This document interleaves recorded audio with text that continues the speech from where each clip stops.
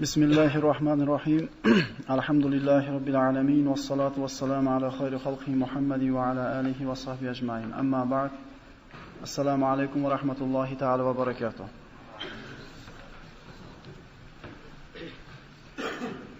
Payg'ambarlar alayhissalatu vassalam qissalarini o'rganar ekanmiz. Siz bilan biz mana o'tgan suhbatimizda Davud va Sulaymon alayhissalomlarning qissasini so'zlashgan bo'ldik. Va bundan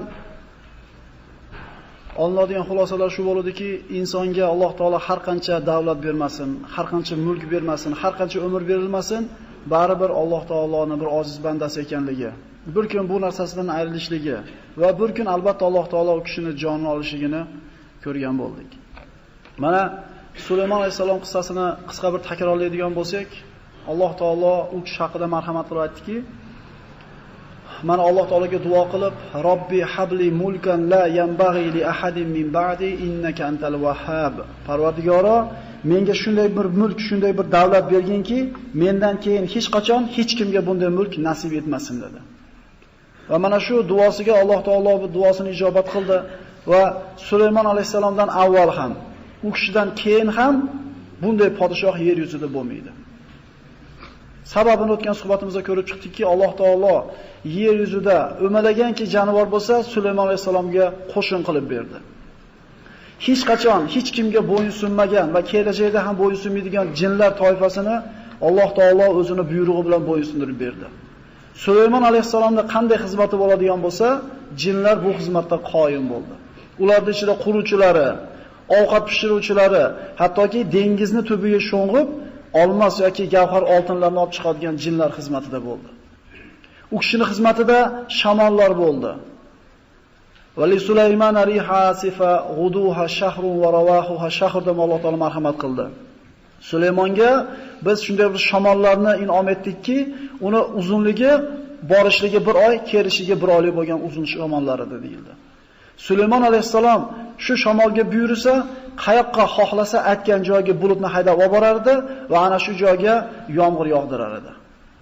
Albatta bu Alloh taoloning Sulaymon alayhisalomga bergan buyuk fazl marhamati edi. U kishiga faqat yomg'ir haydaydigan bulutlar emas, balki qattiq esadigan osif shamollarni ham Alloh taolo bo'yinsundirib bergan edi. Alloh taolo Sulaymon alayhisalomga bergan ne'mati buyuk bo'ldi. Va shukr keltiruvchilardan biligini ko'rdik Sulaymon alayhisalomda. Sulaymon alayhisalomga berilgan mulkda mana aytdik, ana shu o'zini qo'shini bilan biror joyga borib bir jang qilmoqchi bo'ladigan bo'lsa, ana shu yog'ochlardan biriktirilgan bir katta bir maydonga askarlarni chiqarar edi va shamolga buyurganda shamol ko'tarib, u qo'shinni aytgan joyga olib borib yetib qo'yar edi. 1 oyda yetadigan masofaga bu qo'shin ertalab uchsa peshinda yetar edi, peshinda yo'lga chiqsa shomda qaytib kelar edi. Sulaymon alayhisalomga berilgan mo'jizalar buyuk bo'ldi. Alloh taolo kishiga va asalna lahu aynal qitr deb marhamat qiladi. Biz unga buloqdan, ya'ni mis oqib turadigan buloqni ato etdik dedi. Faraz qilaylik, buloq suv oqib o'tadi, chiqadi unda bizning oddiy buloqlarimizdan, lekin Sulaymon alayhisalomga berilgan buloq ichidan mis oqib chiqaradi. Alloh taolo kishiga qushlarning tillarini, hayvonlarning tillarini bilishi berilgan edi. Ya'ni bu kishining duosini Alloh taolo albatta ijobat qildiki, mendan keyin hech kimga berilmagan mulkni ato etgan dedi. U kishining vafoti ham insonlarga ibrat bo'ldi.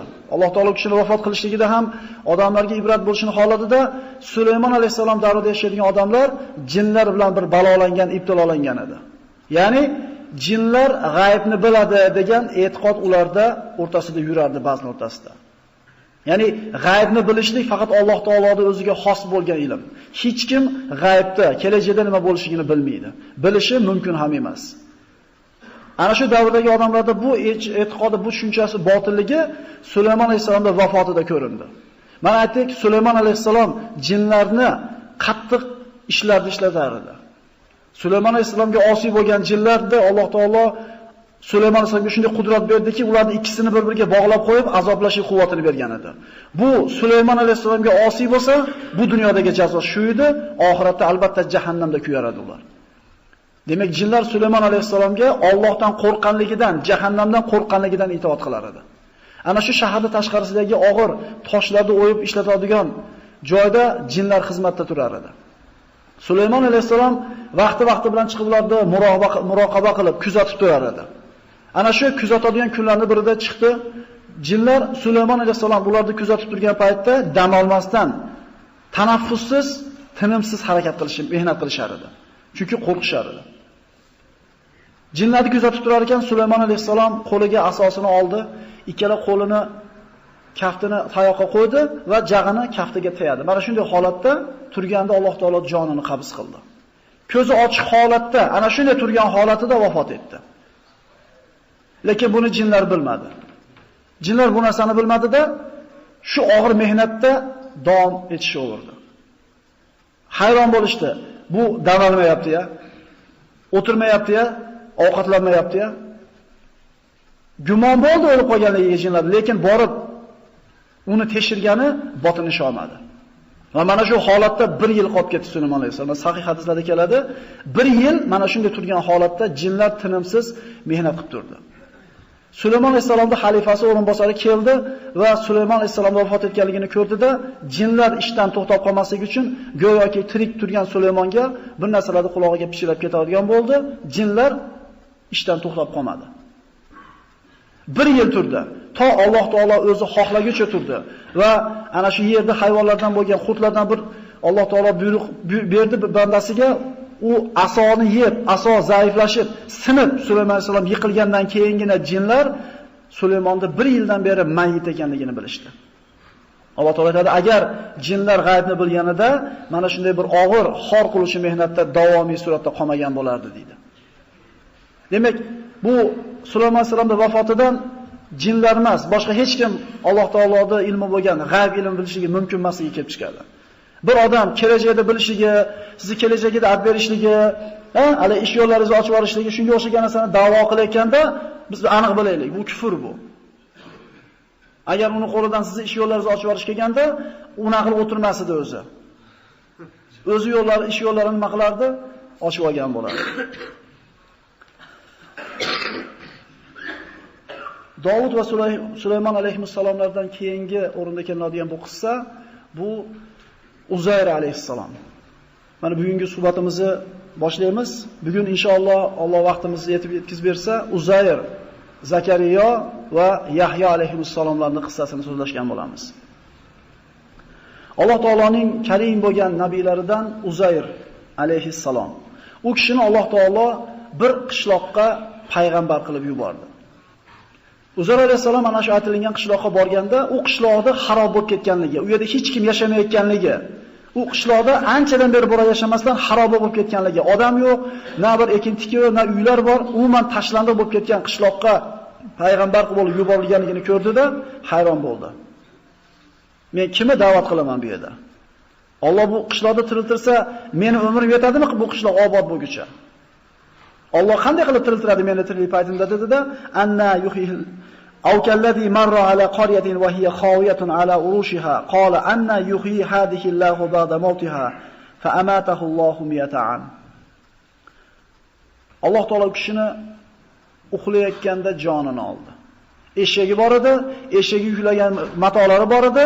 Ana shu yotgan holda, oyog'ini devorga suyagan holatda uxladi, shu holatda Alloh taolo jonini oldi va 100 yildan keyin tiriltirdi. Uzayr alayhissalom nazarida bir choshgoh vaqtida ko'zini yumgan bo'lsa, peshinda uyg'ongandek yoki peshinda uxlagan bo'lsa, asrda uyg'ongandek chalik bo'ldi o'zi uchun. Uyg'ondi, 100 yil turganligini bilmadi. Uyg'onganda qishloq obod bo'lib, odamlar kelib, o'sha gavjun bo'lib, nohata bir obod bo'lib turganligini ko'radi. Shunda Alloh taolo farishtani bir inson suratida jo'natadi-da, aytadiki: "Qala kam labista?"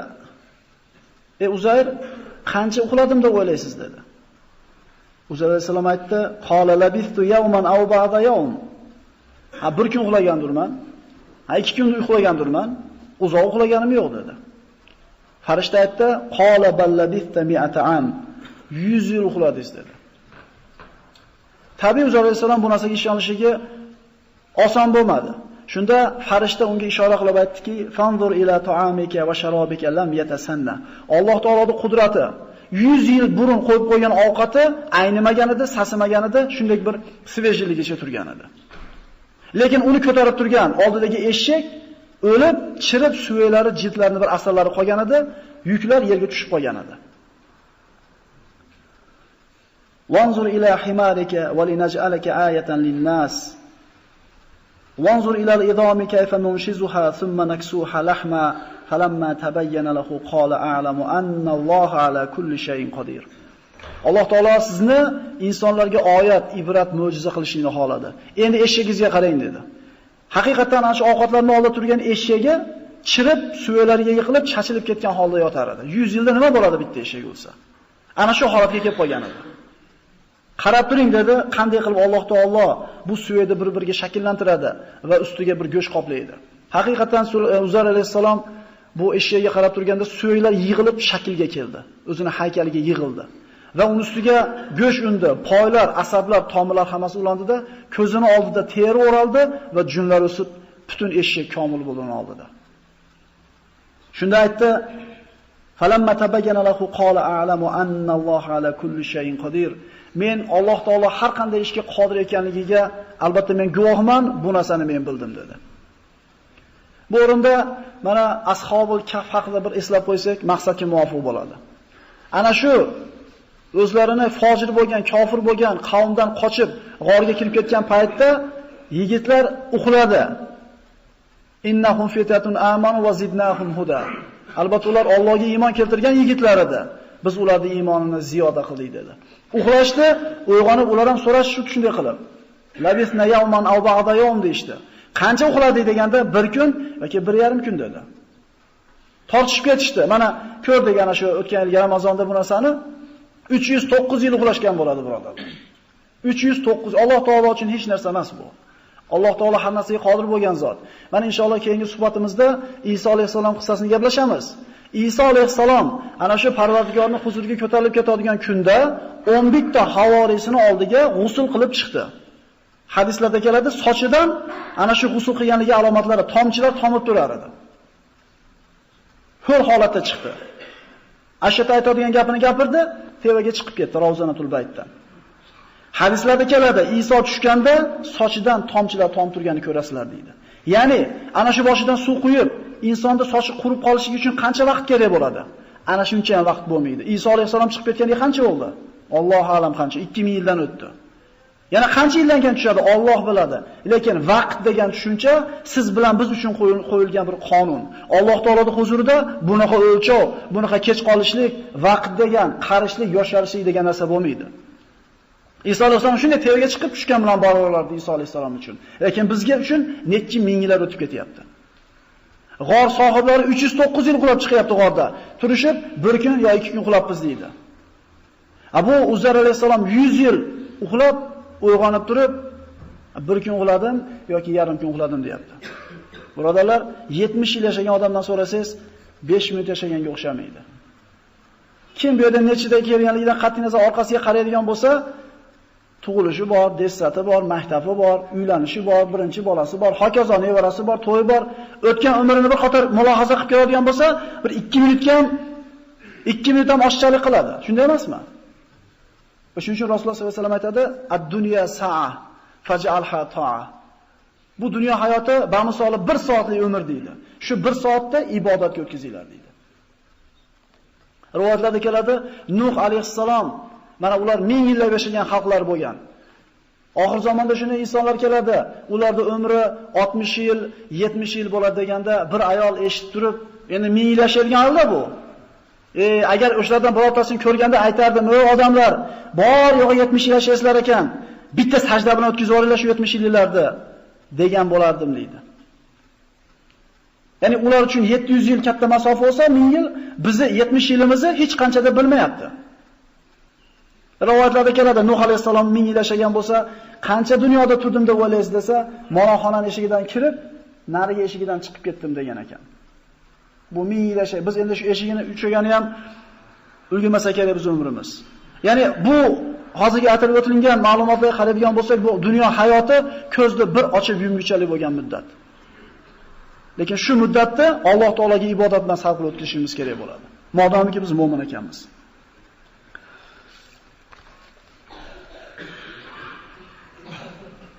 U kishini ko'z oldida mana aytdik, eshagi tirildi. ovqatlar aynamay turgan edi va qishloqqa kirib aytdiki, ya'ni shu qishloqqa yuborilgandi Uzayr alayhisalom.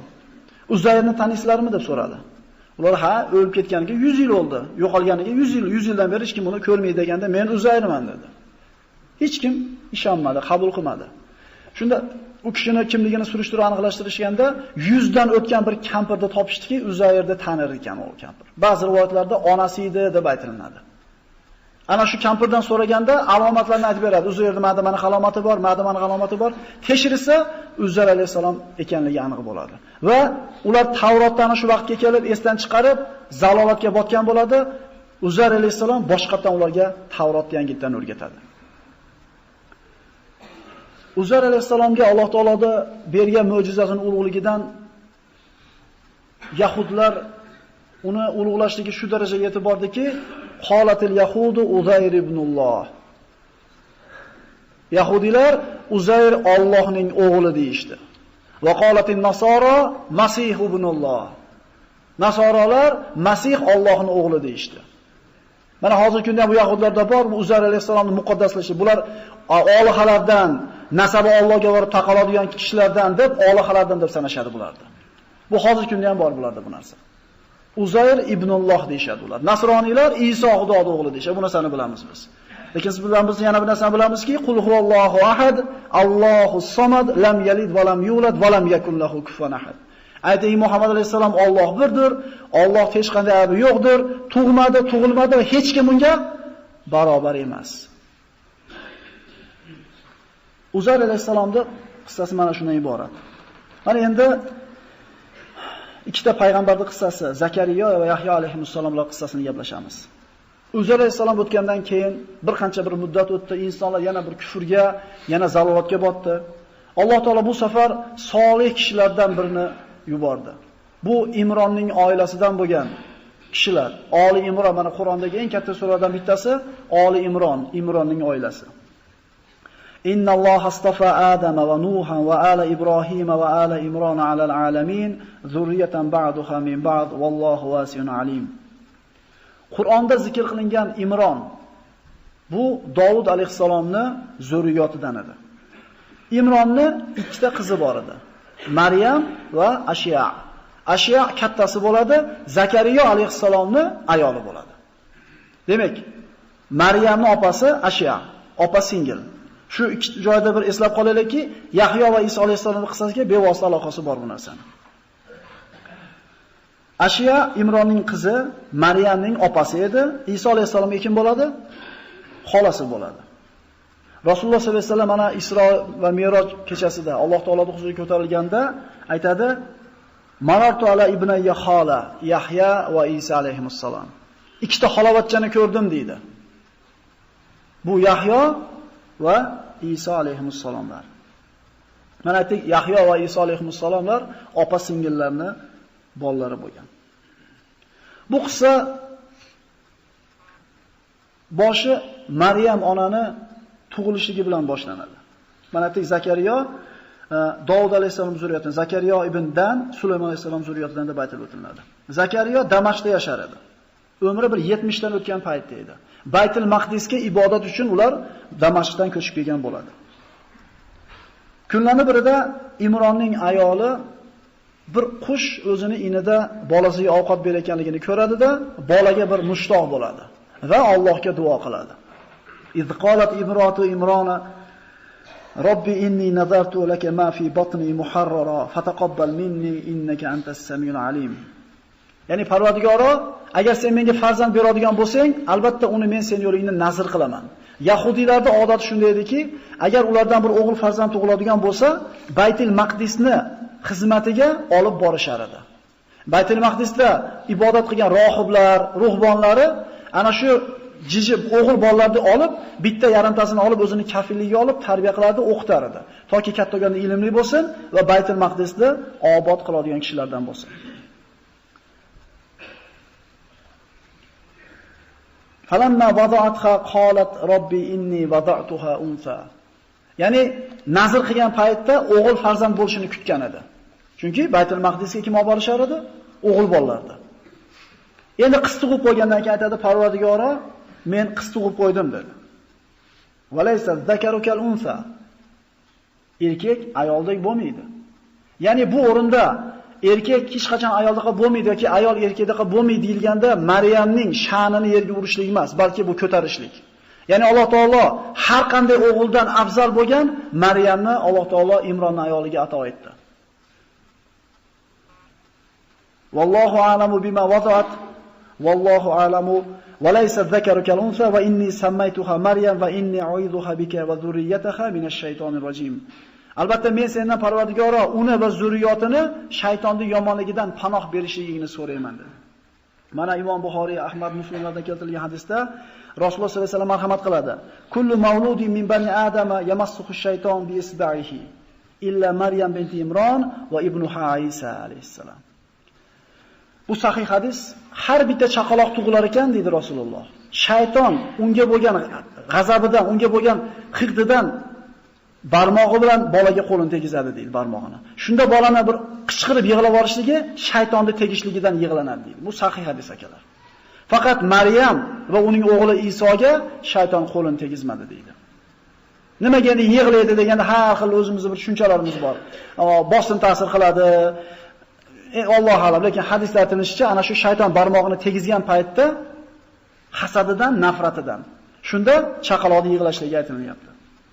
Chunki mana Maryamning onasi va inni oiduha bika va zurriyataha minash shaytonir rojim.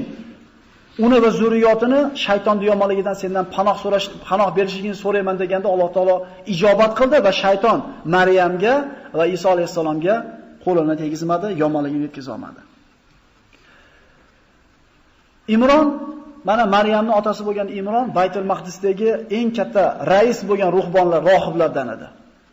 Ayoli eriga maslahat soldi. Ya'ni o'g'il bo'lganda nazr qilgan edim, endi qiz bo'lib qoldi. Endi nima qilamiz deganda er aytdiki, modomiki nazr qilgan ekansan, albatta Baytul Maqdisga olib borib berishlik kerak dedi. Olib borganda ana shu rohiblarning odatiga ko'ra chaqaloqni bir rohib kafilligiga olish kerak edi, tarbiya qilishlikka. Maryamni hammasi o'zini kafilligiga, ana shu go'dalik, emizikli holatda olib borganda o'zini kafilligiga olishlikka rohiblar talashib qolishadi. Hamma holatda o'zi bir tarbiya qilishlikka. Zakariya alayhissalom mana aytdik, Imronning kuyov bolasi bo'lyapti akalar. Ashiyoni eri edi. Qattiq turib oldi, ya'ni men buni tarbiya qilaman deb. Lekin hech kim o'zini ixtiyor bilan berishni xohlamagan paytda aytishdiki, kelinglar, Allohdan bir yechim so'raymiz. Ularning odati shunday ediki, agar biror ishda kelishmay qolsa, talashib qolsa, ular Alloh taologa iltijo qiladi, Alloh taolo bir har xil ko'rinishda ularning mushkulasini hal qilib berishar edi. Qanday qilib hal qilamiz? Aytishdiki, hammamiz qo'limizdagi yog'och qalamlarimizni suvga oqizamiz. Suvga tashlaymiz. Kimda mana shu qalamida bir alomat, kimning qalamida bir alomat belgi ko'rilsa, o'shunga bo'ladi Maryam kafolati deyildi. Haqiqatan qalamdan tashashdi. Va ma kunta ladayhim id yulquna aqlamahum ayyuhum yakfuru Maryam va ma kunta ladayhim id yahtasimun. Qalamdan tashab turgan paytda hammani qalami suv bilan pastga qarab oqib ketdi, faqat Zakariya alayhissalomning qalami tevaga qarab oqdi. Bu Qur'onning mo'jizalardan ediki, ey Muhammad alayhissalom deyapti Alloh taolo, siz ular husumatlashib bir bilan tortishib, qalamlarni suvga tashlayotgan paytda siz yo'q edingiz. Ya'ni tafsilotini mukammalligi bilan bayon qilib berishligi haqiqatan Qur'onda Allohning kitobi ekan yana bitta dalil edi. Fa'ambataha nabatan hasana va kaffalaha Zakariya. Alloh taolo u Maryamni chiroyli bir o'stirdi. Ambataha nabatan hasana degani tezda yetildi degani. O'zini tengqur qizlarga nisbatan yetilishligi tezroq bo'ldi. Akalar, Iso alayhissalomni tuqqan paytda Maryam onaning yoshi 15 ta bo'ladi. Sahih hadislarda kelgan. Maryam obida, oqila, zohida, siddiqa edi. Alloh taolo u kishiga ko'p karomatlarni, marhamatlarni ato etdi. Kullama dakhala alayha Zakariya al-mihrab wajada indaha rizqa. Maryamga ana shu deylik Baytul Maqdisdan bir xona ajratildi. Ibodat qiladigan mihrobida turganda qachoniki Zakariya kirsa, albatta oldida xilma-xil taomlar turar edi. Kafilligiga oldi degani yemog'i, ichmog'i Zakariyaning bo'yniga degani. Undan boshqa hech kim Maryamning oldiga kira olmaydi. Lekin Zakariya kirgan paytda xilma-xil noz ne'matlarni ko'radi. Qala ya Maryamu anna laki hada? Qalat huwa min indillah. Maryam bu qayerdan keldi sizning oldingizga? Deganda aytadiki, bu Allohning huzuridan keldi deydi. Alloh taolo bergan karomat edi. Yozda yila topiladigan mevalar qishda turar edi oldida, qishda yiladigan mevalar yozda turar edi. Alloh taolo qodir zot. Alloh taoloning huzuridan tushar edi, mana u kishini fazilat haqida aytadi. Va ummuhu siddiqa. Isoning onasi siddiqa edi. Mana aytdik, bu karomatlar Maryam alayhissalomga 15 yoshida berilgan edi. Innalloha yarzuqu man yasha big'ayri hisab. Alloh taolo Maryam alayhissalomning fazilat haqida aytadiki, innalloha astafaki va tahharaki va astafaki ala nisa'il alamin. Mana farishta Iso alayhissalom ruhini unga puflashga kelgan paytda aytadi, albatta Alloh taolo sizni pokladi va tanlab oldi. Yer yuzidagi hamma ayollar ichidan bitta sizni tanlab oldi deyildi. Innalloha astafaki va tahharaki ala nisa'il alamin. Mal Masih ibn Maryam illa rasulun qalat min qablihi rusul va ummuhu siddiqa. Iso kim? Iso o'zidan avvalgi o'tgan payg'ambarlar qatorida bir payg'ambar va uning onasi siddiqa. Mana Imom Buxoriy, Nasoiy, Termiziy, Ahmaddan keltirilgan hadisda Rasululloh aytadi. Mana boshqa burungi darslarda aytganmiz, kamula minir rijali kaseer dedi Rasululloh. Erkaklardan juda ko'pchiligi kamolat darajasiga yetdi. Valam yakmul minan nisa illa arba'a. Payg'ambarlar, shahidlar, siddiqlar, nabiylar, sahobalar, erkaklardan juda ko'pchiligi komil inson bo'lib yetishdi. Faqat ayollardan 4 tasigina komila bo'ldi dedilar payg'ambarimiz. Boshqa hadisda Xayrun nisa'il ard Maryam binti Imron, xayrun nisa'iha Hadija binti Xuvaylid dedi boshqa hadisda. Yer yuzidagi yashagan ayollarda eng afzali Maryam binti Imron va yer yuzidagi ayollarda eng afzali Hadija binti Xuvaylid. 4 ta ayolni fazli haqida hadisda kelgan. Hasbuka min nisa'il alamin bi arba'a. Maryam binti Imron va Asiya zawjatu Fir'aun va Hadija binti Xuvaylid va Fatima binti Muhammad. Agar bularda mana 4 tasi aytilindi, Allohning huzuridagi darajasini, balandligi va tartibini aytadigan bo'lsak, albatta birinchi o'rinda Maryam binti Imron turadi. Ikkinchi o'rinda Fatima binti Muhammad. Uchinchi o'rinda Hadija binti Xuvaylid, to'rtinchi o'rinda Osiyo zavjati Fir'aun. Demak, mana shu aytilgan 4 ta komila bo'lgan ayollar ichidagi eng afzali ham kim? Maryam ona bo'lyapti.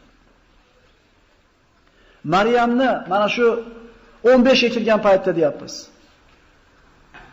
Zakariya alayhisalom oldiga kirib mevalarni ko'rib turib, farzandga mushtoq bo'ldida Zakariya alayhisalom duo qildi. Shunda yoshi bir 70 dan o'tgan paytida.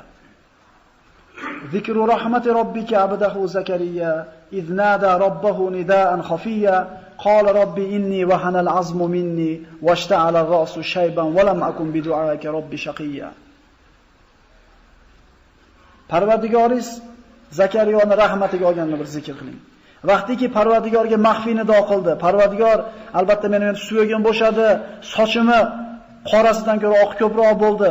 Parvardigor seni menga beradigan marhamatingdan senga duo qilib noumid bo'lmaganman. Ya'ni qachon Zakariya alayhisalom Allohga duo qilsa, albatta ijobat qilar edi. Ana shularning qatorida duo qilib so'rayapti. Va inni khiftul mawaliya min wara'i va kanat imrati aqir fahabli min ladunka waliya. Men o'zimdan keyin qoladigan kishilar haqida qayg'uraman dedi. Ya'ni Zakariya alayhisalom o'zini zamonidagi yagona payg'ambar edi. O'zidan keyin qoladigan kishilarning axloqidan ko'ra bir xotirjam bo'lmas edi qalbi. Ya'ni Banu Isroilning ishini ana shu orqanda qolayotgan kishilar olib qoladigan bo'lsa, yana zalolatga botib ketadi degan maqsadda Allohdan so'rayapti, mendan keyin qoladigan solih zurriyotni bergin. Yarisuni va yarisu min ali Yaquba waj'alhu robbi radiya. Meni merosxo'rim bo'ladi va oli Yaqubni xonadoni merosxo'ri bo'ladi. Parvardigor o'zing bir rozi bo'lgin. Fastajabna lahu va habna lahu Yahya va aslahna lahu zawja. Bas Zakariyaning duosini Alloh ijobat qildi va ayolini isloh qildi. Mana shu isloh qildi ayolini deganda tug'mas bo'lgan deyiladi bitta rivoyatda. Alloh taolo uni tug'adigan qildi. Ana shu kunda o'zida hayz ko'rdi va boshqa rivoyatda aslahna lahu zawja degani u Zakariyaning ayolini tili bir buzuq edi. faxs so'zlarni ko'p gapirardi. Mana shu tilini isloh qildi deyiladi. Lekin ikkala rivoyat ham bor. Ya Zakariya inna nubashshiruka bi g'ulamin ismuhu Yahya lam naj'al lahu min qablu samiyya. Zakariya, biz sizga Yahyo ismli farzandni ato etamiz. Biz ungacha hech kimni bu ism bilan nomlamagan edik. Yahyo degan ismni birodarlar Alloh taolo qo'ygan. Payg'ambari Zakariya alayhisolamning o'g'liga. Ya'ni tug'iladi, uni ismi Yahyo bo'ladi deydi. Ya'ni shu paytgacha u kishini ismdoshi adashi bo'lgan emas. Lam najallahu min qablu samiyya degani adashi yo'q degani. Yahyo.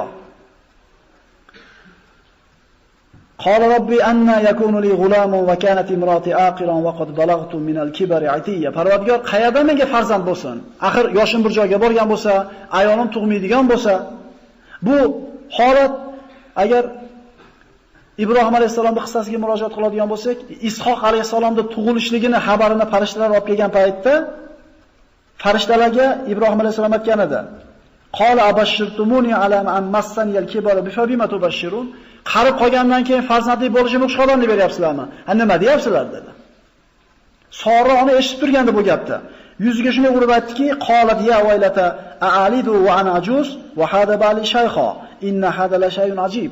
Eshitib turgan Sora uni dedi, qarib shu yoshga kirganda tug'adimanmi? Ha, erim ham chol bo'lib qolgan bo'lsa, bu ajoyib ish oldi-yu bu. Bu kishi ham hayron bo'lgan edi. Yahyo Zakariya alayhisalomga Yahyoning tug'ilishiga xabar aytilganda u kishi ham hayron bo'lyapti. Qalu atajabina min amrillah rahmatullohi va barakatuhu alaykum ahlal bayt innahu hamidun majid. Parvardigoringizni ishiga ajablanasizmi ahli bayt deydi. Alloh taolo qodir zot. Hech kim Allohning rahmatidan noumid bo'lmasligi kerak birodarlar. Hech kim. Qul ya ibadiyallazina asrafu ala anfusihim la taqnatu min rahmatillah innalloha yaghfiruz zunuba jami'a. Alloh taolo bu bir rahmat bo'lgan, siz bilan bizga bir ko'nglimizni ko'taradigan aytdiki, o'zlarini nafslarini isrof qilgan bandalarim deyapti. Qarang, u bitta gunoh qilgan, ikkita gunoh emas. Nafsini isrof qilgan bandalarim, meni rahmatimdan noumid bo'lmanglar. Alloh hamma gunohlarni kechiradi. Alloh g'afurur rohim bo'lgan zot deydi. Demak, hech kimni noumid qilishga haqqi yo'q va hech kim Allohning rahmatidan noumid bo'lishlikka ham haqqi yo'q. So'rash kerak. 10 yilda bermadimi? 20 yilda beradi xolasa. Xolasa 50 yilda beradi, xolasa 70 yilda beryapti akalar. Allohning rahmatidan hech qachon, ya'ni duo qilganimizda Alloh yo berar edi, mana 4 ta narsani aytganmiz. Banda Allohga duo qilsa, Alloh so'ragani berar ekan. Yo 2 barobar qilib berar ekan, yo so'raganchalik ziyondan to'sib qo'yar ekan, yoki oxiratga olib qo'yar ekan. Ulamolar mana shu inson duo qilganda albatta shu 4 ta ishdan bittasi bo'ladi deydi. Aytingchi, qaysinisidan musulmon yutkazyapti, qaysinisida? Hammasida yutyapti. Bersa yutyapti, 2 bor qilib bersa yutyapti, so'raganchalik ziyondan Alloh saqlagan bo'lsa yutyapti, oxiratga ko'paytirib qo'ygan bo'lsa yana yutyapti. Endi inson bu narsani so'rasa-yu, Alloh oxiratga olib qo'ygan bo'lsa, o'zini irodasi bilan, ha shuncha yildan beri so'rayapman, Alloh bermadi desa, pishdi. Endi berilmaydi. Shuncha aytayapti, duo qilinglar, noumid bo'lmanglar deyapti Alloh taolo. Qala kazalika qala robbuk huwa alayya hayyin va qad khalaqtuka min qabl va lam takun shay'a. 70 dan o'tgandan keyin farzandli bo'laman deb hayron bo'lyapsizmi? Yo'q bo'lgan paytingizda ham siz Alloh yaratgan edi-yu, noldan.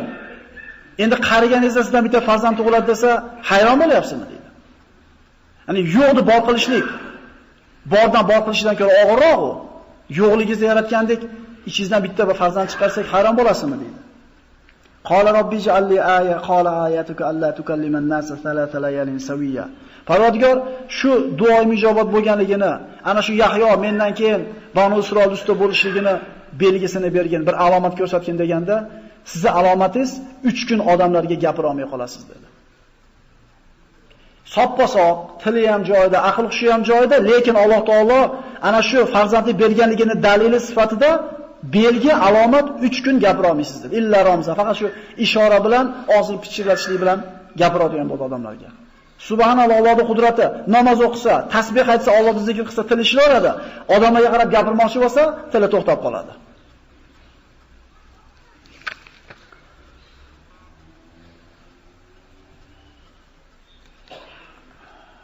وهو قائم يصلي في المحراب أن الله يبشرك بيحيى مصدقا بكلمة من الله وسيدا وحصورا ونبيا من الصالحين.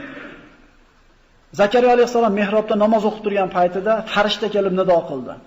Ey Zakariya, biz sizga Yahyo ismli o'zidan keyingi keladigan Allohning kalimasini tasdiqlovchi bo'lgan farzandni beramiz. Demak, Yahyo alayhisalom tug'iladi, payg'ambar bo'ladi, undan keyin Allohning kalimasi keladi. Kim bu? Iso. Har bitta payg'ambar o'zidan keyingi keladigan payg'ambarni tasdiqlab kelgan. Tavrotda ham, Injilda ham Muhammad alayhisalomning kelishligida xabarlar albatta bor. Faqat buni Nasora Yahudilar bekitgan yoki o'chirib tashashgan.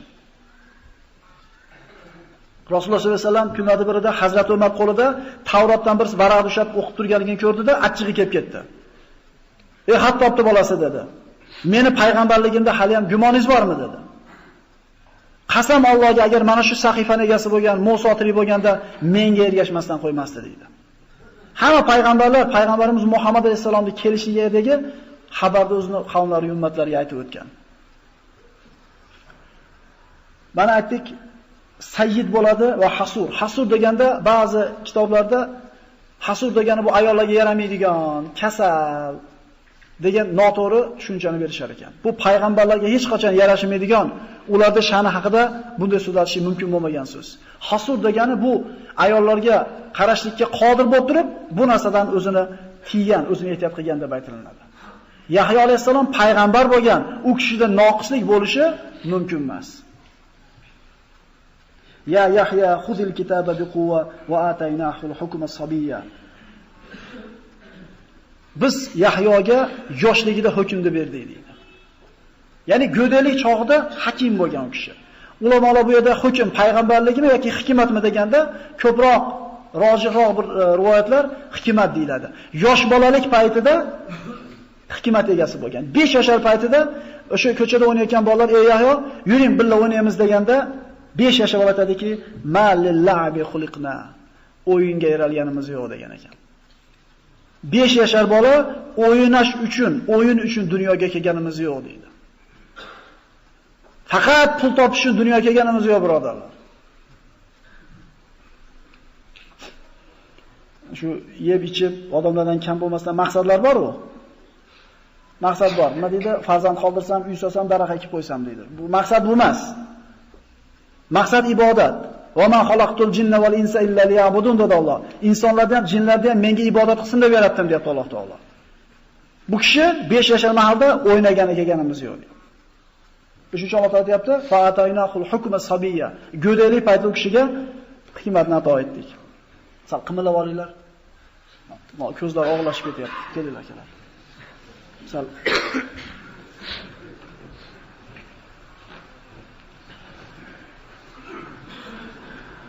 va hananan min ladunna va zakatan va kana taqiyya. Alloh taolo Zakariyaga Alloh taolo rahmat qilib berdi Yahyo alayhisalomni. Va zakatan ularni pokladi. Va kana taqiyya. Yahyo alayhisalom taqvodor edi. Ya'ni u kishi sifatlaridan va barron bi validayh va lam yakun jabbaran asiya. Ota-onasiga nihoyatda mehribon edi. Davoman qaraylik. Va salamun alayhi yawma wulida va yawma yamutu va yawma yub'athu hayya. Alloh taolo Yahyo alayhisalomga salom berdi. U Yahyo tug'iladigan kunda, o'ladigan kunda va tiriladigan kunda Allohning salomi bo'lsin. Alloh taolo nimaga mana shu 3 holatni zikr qildi? Insonda eng Allohning rahmatiga muhtoj bo'ladigan eng zaif holati mana shu 3 holat. Tug'ilgan payti, o'layotgan payti va qabrdan boshqa holatlardan ko'ra mana shu 3 holatda Allohning rahmatiga ko'proq inson muhtoj bo'ladi, birodarlar. Tug'ilayotgan paytida subhanalloh, Alloh taolo ota-onani qalbiga mehrni shunday joylab qo'yibdi, yig'lasa ham, kasal bo'lsa ham, uxlamasa ham farzandiga nima qiladi? Qaraydi. Lekin mehrni tevaga oladigan qilmagan ekan. Men deyman bolamni, bolam deydi bolasini. Suvni pastga oladigan qilgan ekan. Mehrni pastga yuradigan qilgan Alloh. Agar teskari qilib qo'yganda insoniyat qirilib ketmasmidi? Bola tishi og'rib uxlamayotganda uyqusi kelmaydi. Lekin ota-onasi tishi og'riyotgan bo'lsa uyqusi kelaveradi. O'shuning Alloh taolo farzandiga mehribon bo'l demadi, ota-onaga mehribon bo'ldi. Chunki farzandga mehribonlikni Alloh taolo tabiatimizga joylab qo'ygan. Xohlasak ham to'ng'iz bolam opog'im, tipratgan yumshog'im. Hamma o'zini bolasini yaxshi ko'raveradi, ablah bo'lsa ham, rasvo bo'lsa ham. Shuning uchun farzandiga mehribon bo'l demadi Alloh taolo. Ota-onangga mehribon bo'l dedi. Demak, insonning tabiatida yo'q bu narsa. Alloh taolo buyurdi bu narsani. Insonda eng Allohning rahmatiga muhtoj bo'ladigan holat tug'ilishlik payti, o'ladigan payti va qabrdan. Alloh taolo mana shu paytda siz bilan bizga rahmatini ato etgan bo'lsin. Amin. Rivoyatlarda keladi, Iso alayhisalom bilan Yahyo alayhisalom o'rtasi 3 oy bo'lgan birodarlar. Iso alayhisalom Yahyo alayhisalomdan 3 oydan keyin tug'ilgan. Ko'chada uchrashib qolishadi. Iso aytadi: "Menga ey Yahyo, istig'for ayting, Alloh gunohimni kechirishini so'rang. Siz mendan yaxshiroqsiz" deydi Iso alayhisalom Yahyo alayhisalomga. Tavozuni qarang, kamtarlikni qarang. Yahyo alayhisalom aytadi, "Yo'q" deydi. "Siz menga istig'for ayting, siz mendan yaxshiroqsiz" deydi. Bizchi? Men albatta sendan yaxshiman. Bu tilimizda aytmasak ham ichimizda turadi. Ulamolar aytar ekan, qaysi odam taqvoli bo'la oladi desa, ro'parasida turgan odamni shu odam mendan ko'ra yaxshiroq bo'lsa kerak deb hayotda tura olsa, shu odam ine taqvoli bo'la olar ekan. Shu odam taqvoli emas. Shu odam taqvoli bo'lishga yarar ekan. Hali taqvoli emas. Bu kishilarda qarang bir-biriga bo'lgan bir muomalasini. Iso alayhisalom aytdi, "Yo'q, siz mendan yaxshisiz. Chunki men o'zimga o'zim salom aytganman. Fassalamu alayya, o'zimga salom bo'lsin degan tug'ilgan kunda qaytariladigan. Sizga Alloh salom aytdi. Nima dedi? Va salamun alayhi yawma wulida va yawma yamutu va yawma yub'athu hayya." Yahyoga tug'iladigan kunida, vafot etadigan kunida va tiriladigan kunida meni salomim bo'lsin deb Alloh taolo salomini shunday va'da qilib qo'ydi. O'shuncha aytayapti Iso alayhisalom. Siz mendan yaxshisiz deydi.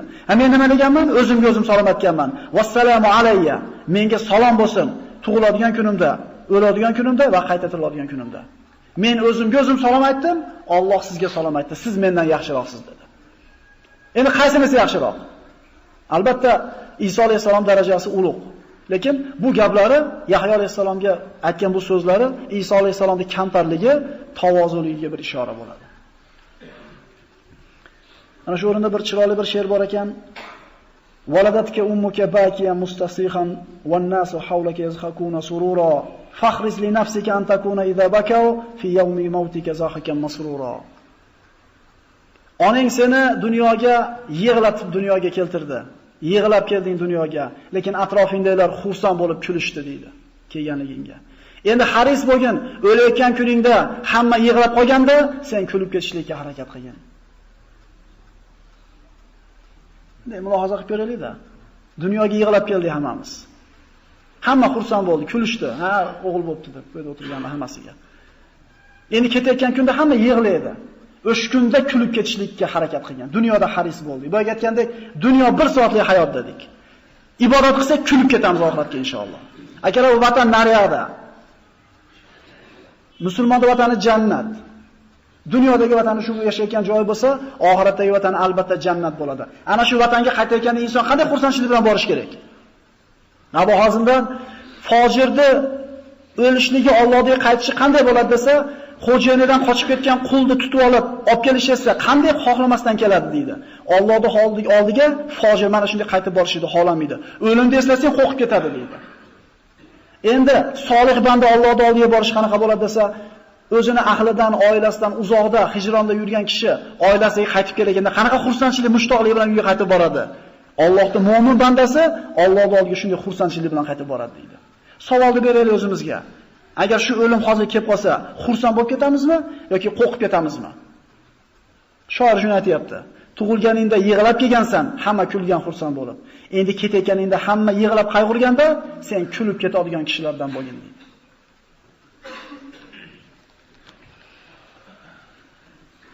Ma min ahad illa min waladi Adam illa waqad ahta aw hamma bi khati'a laysa Yahya ibn Zakariya va ma yanbaghi li ahadin an yaqula ana khayrun min Yunus ibn Matta. Payg'ambar alayhisalom aytadi, har odam bolasi borki, xato qilgan yoki xato qilishni qasd qilgan. Faqat Yahyo ibn Zakariya xato ham qilmagan, gunoh ham qilmagan deydi. Kullu ibn Adama ya'ti yawmal qiyamah wa lahu dhanbun illa ma kana min Yahya ibn Zakariya. Har bitta odam qiyomatda gunohi bo'ladi, faqat Yahyo ibn Zakariyaning gunohi. Bu sahih hadislarda keltirilgan. Gunoh qilmagan ekan Yahyo alayhissalom.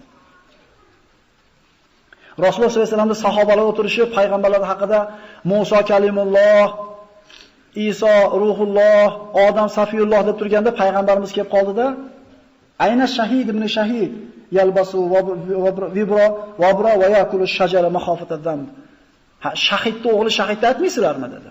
Dag'al kiyim kiyib, daraxtni ko'katlarini yegan gunoh qilishidan qo'rqib, Yahyoni zikr qilmaysizlarmi dedi. Shahidning o'g'li shahid deyilyapti. Yana payg'ambar u kishi. Odamlarni taomlarni har xil taomlarni yeb qo'ymaslik uchun daraxtni bakini yegan deyapti va kiyimida oddiy dag'al, jundan bo'lgan kiyimlarni kiyib yurgan deydi. O'tib ketdi u kishilar ham. Ipek shoyiga o'ralgan podsholar ham o'tib ketdi. 1 soat deyildi birodarlar. O'sha 1 soatda kim qanday yashagan bo'lsa, shu bilan o'tib ketdi oxiratga. Yahyo alayhisalom tug'ilgandan 3 oydan keyin Iso alayhisalom dunyoga keldi. Zakariya va Yahyo alayhisalomlar Banu Isroilni Allohning diniga da'vat qilishar edi. O'sha paytlarda Banu Isroilni bir zolim, haddidan oshgan tog'iy podsho boshqarar edi. U podsho o'zi fojir tog'iy bo'lishiga qaramasdan odamlarning ko'ziga payg'ambarlarni hurmat qilishligini ko'rsatmoqchi bo'lar edi. Ular bilan maslahat qilmoqchiligini odamlarga ko'rsatishni xohlar edi. Lekin aslida umuman Allohning manhajida yurishlikni xohlamas edi. Zohirida edi u faqat. Hurmat qilib qo'yishlik. Ana shu podshoning jiyani bo'ladi, bir qiz bo'ladi, chiroyli qiz bo'ladi. Va zoniya bo'ladi, fohisha bo'ladi. O'zini amakisiga erga tegishlikka tamaga kirib qoladi. Podshoning ayoli bo'laman, malika bo'laman degan narsa qalbiga kiradida, o'zini amakisiga turmushga chiqmoqchi bo'ladi. Va uni onasi ham shijoatlantib turadi qizini. Lekin o'zini mahramiga, jiyaniga uylanishlik haromligi ana shu Zakariya Yahyo alayhisalomlarning shariatida ham bor edi. O'zlari bilardi bu nikoh haromligini, lekin Yahyo alayhisalomdan ular istisno olmoqchi bo'lib, katta bir hadiyalar bilan, katta dunyo matolarini olib jo'natishadi. Ya'ni mana shu joyiga Yahyo nima qilib bersin? Istisno qilib bersin, yo'l topib bersin deb jo'natadi. Yahyo alayhisalom odamlarga xitob qilib turib aytadi, bu harom deb e'lon qiladi. Endi avval indamasdan uylanib olishligi mumkin bo'lsa ham, endi uylanishligi harom bo'ladi, xalq oldida bir fisq fujurligi oshkor bo'lib qoladi.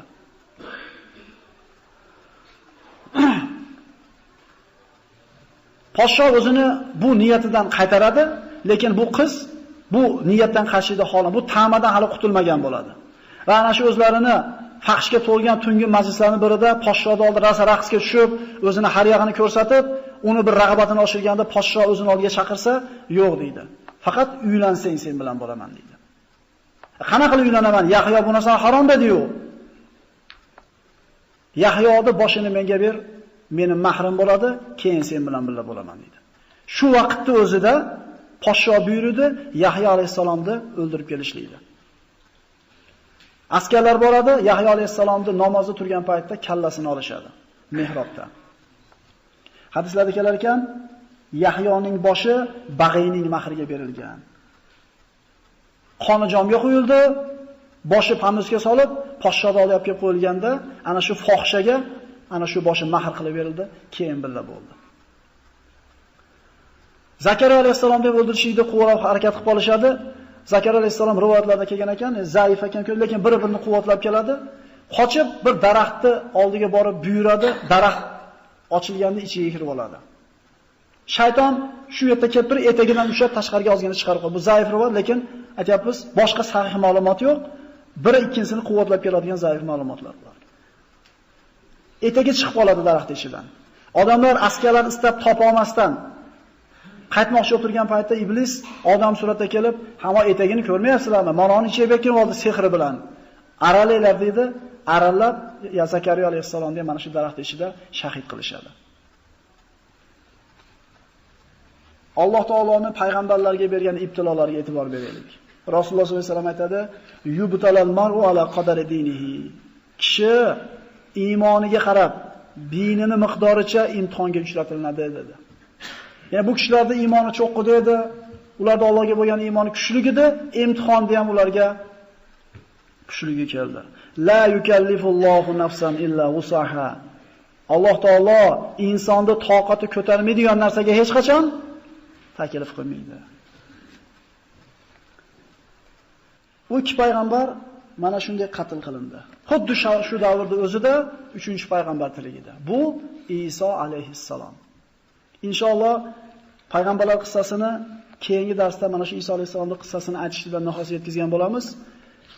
Alloh xohlasa keyingi jumada Iso alayhissalom qissasini gaplashamiz. Assalomu alaykum va rahmatullohi va barakatuh.